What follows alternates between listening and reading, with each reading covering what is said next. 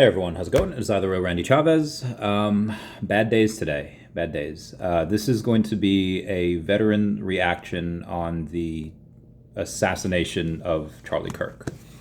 Everyone say hello, Dashi. Hello, Dashi. Dashi said too. You have William E. Wolfe that had posted something a bit more, and he stated it a bit more eloquently than I could, but I'll do my best, saying, "This gets even worse when you consider that Charlie Kirk, more than anyone else in America, on the right or left, built his platform making a good faith effort to model civil political discourse and debate in the public square.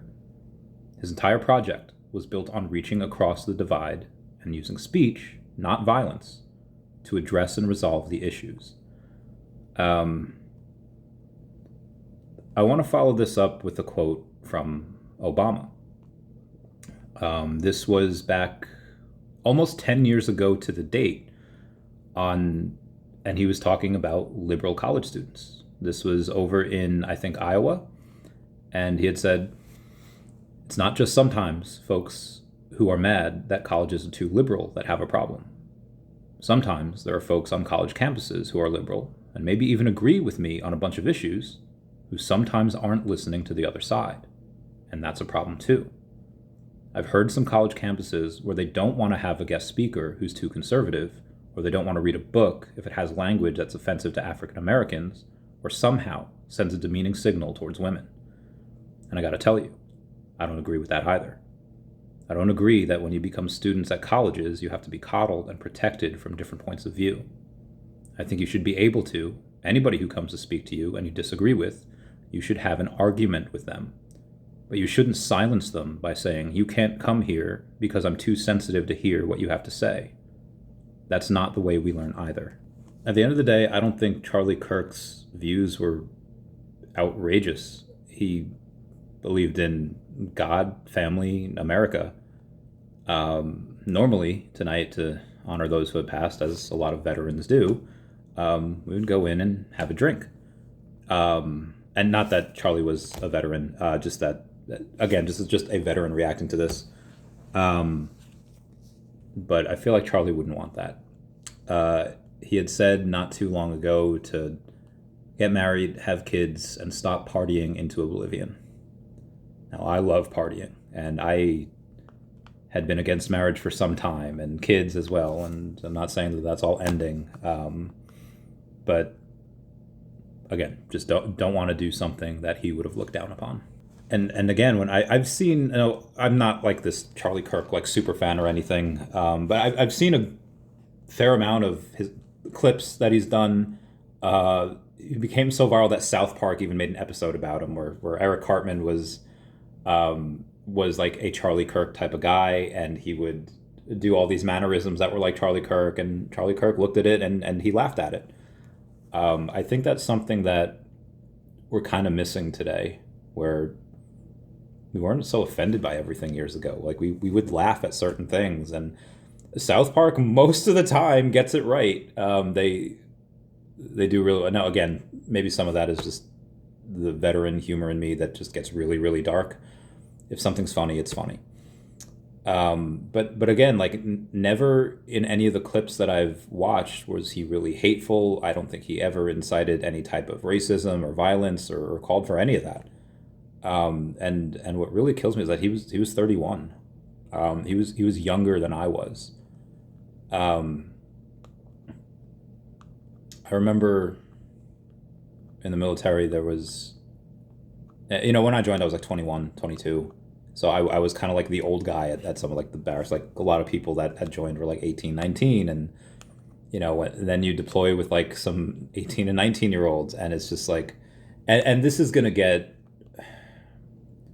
I've seen some people on the God. This is.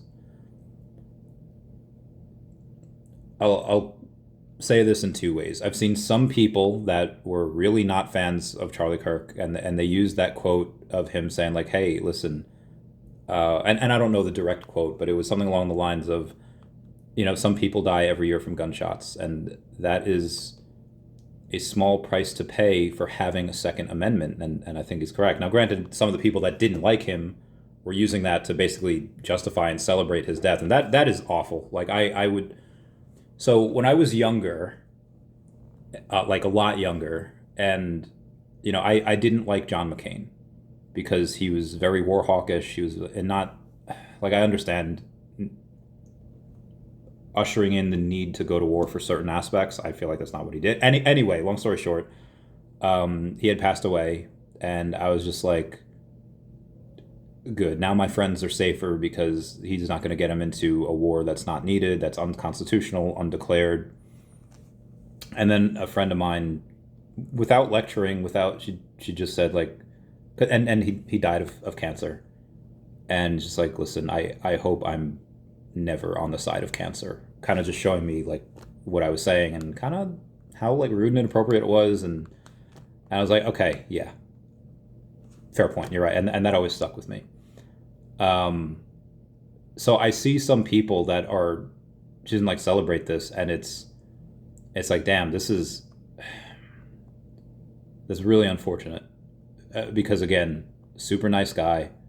I never had the privilege of meeting him or interviewing him, or I don't think I've ever been in the same vicinity as his whereabouts. He just seemed like a nice, genuine guy, and again, just having that open dialogue, which when I was younger, people would tell me like, oh yeah, you never talk about politics or religion, and it's like, why? Like why not? That's what you have a First Amendment for. It's not so you can talk about the weather, it's so you can say very controversial things. And I think that's part of the beauty about living in America. It's part of why I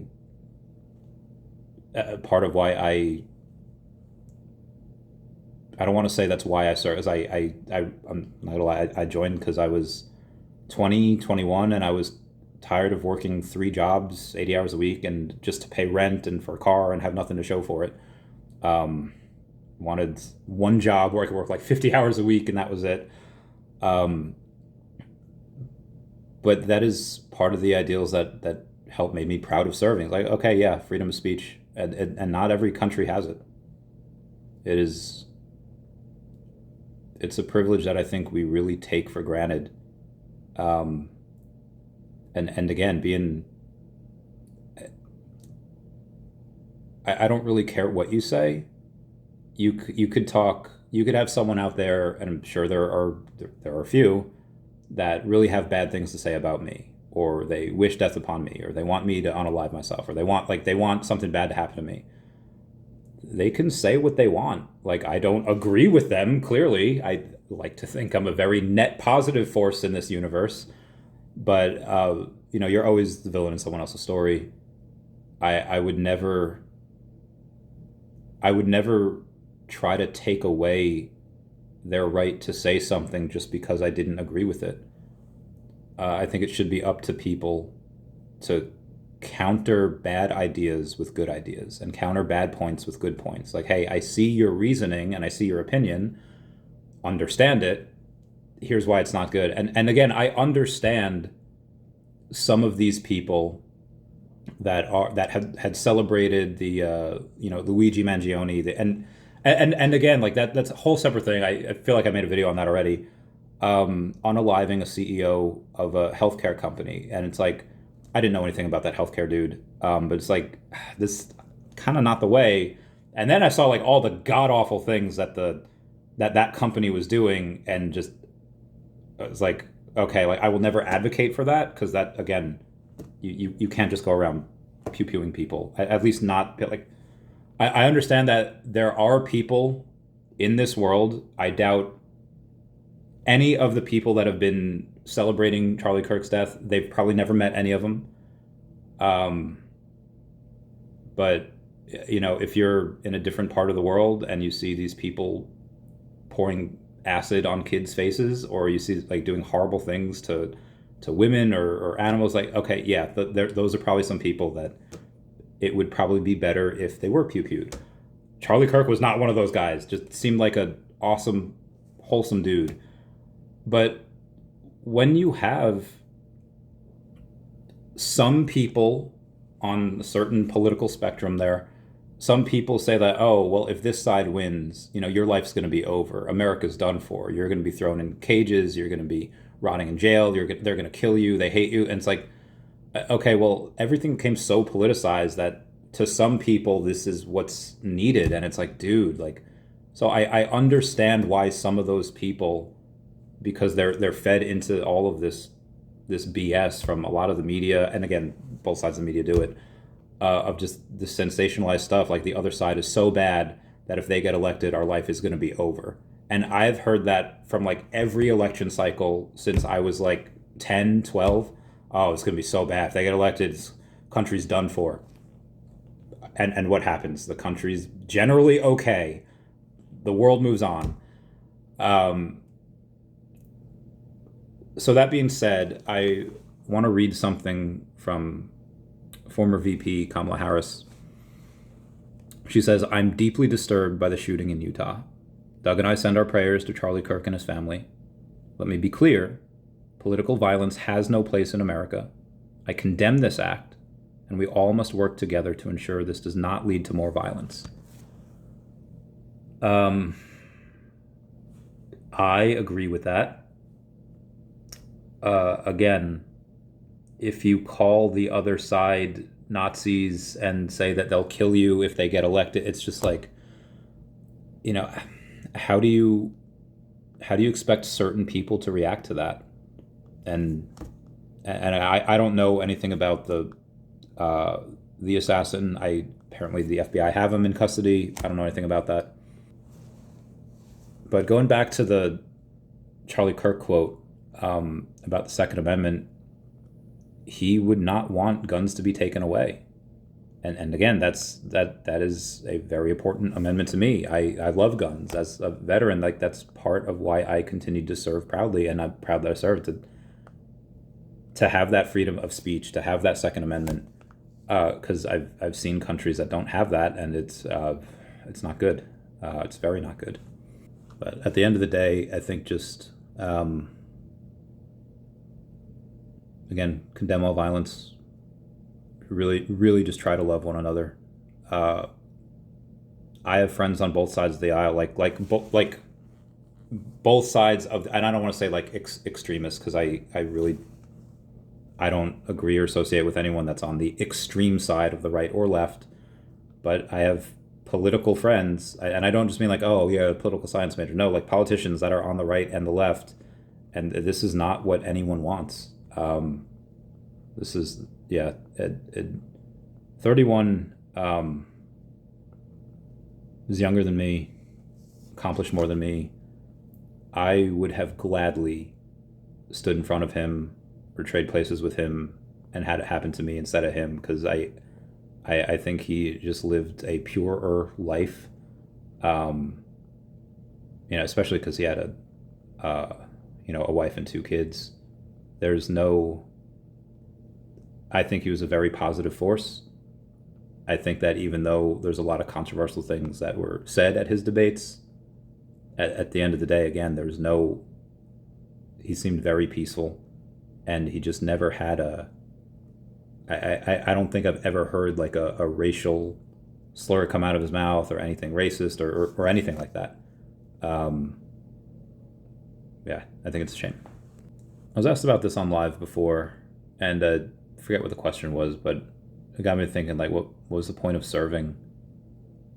To try to protect others from having to go through that and deal with the shit, and then it happens here. Yeah, really bad. I don't know what the solution would be. Better security. Yeah, I think there's probably, and not that I want to point fingers on anyone, but probably a failure on the security's part. Security team, whatever happened there, they need to fix that, step that up, because this was there was some guy on a roof. Maybe that was the shooter, maybe not. I don't know. But yeah, that shouldn't have happened. For anyone that says take away all guns, I think that's silly. I think part of the reason why America has been as safe as it has been from foreign enemies and foreign invaders is because we allow that. Because we allow to have guns. And obviously there's no, I don't want to say that, all guns should be able to be held by everybody. Background checks, cool. Maybe don't maybe qualify. I mean, it gets hard because you have, I mean, let's say and this is just as a specific example. I'm not trying to cherry pick data here, but I remember a case of this one woman that had this abusive ex-boyfriend, and like she didn't really have much elsewhere to go. She goes like live with her mom after leaving, and then boyfriend comes in, pews her and the mom because she couldn't get a gun.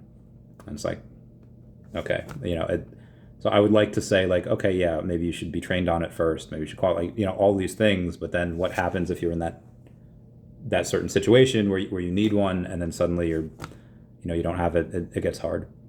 But anyway, comment down below your thoughts. Everyone comment F down below to pay respects. Curious to see what you guys think. Bye, guys.